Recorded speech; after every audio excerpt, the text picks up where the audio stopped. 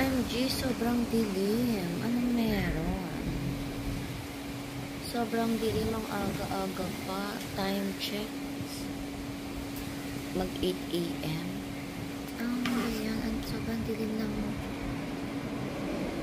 ulap dito sa Singapore. Grabe, ang lakas ng hangin. Ganda naman siguro, guys.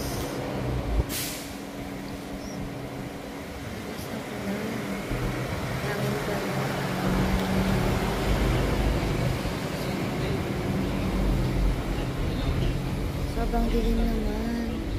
Anong meron mga te?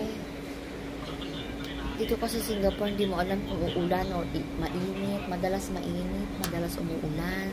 Parang, mix ang weather dito. Hindi mo alam kung kailan ang rainy season at kung kailan ang tag-init. Pero sobrang init talaga dito. Kung mainit sa Pilipinas, mainit din talaga dito.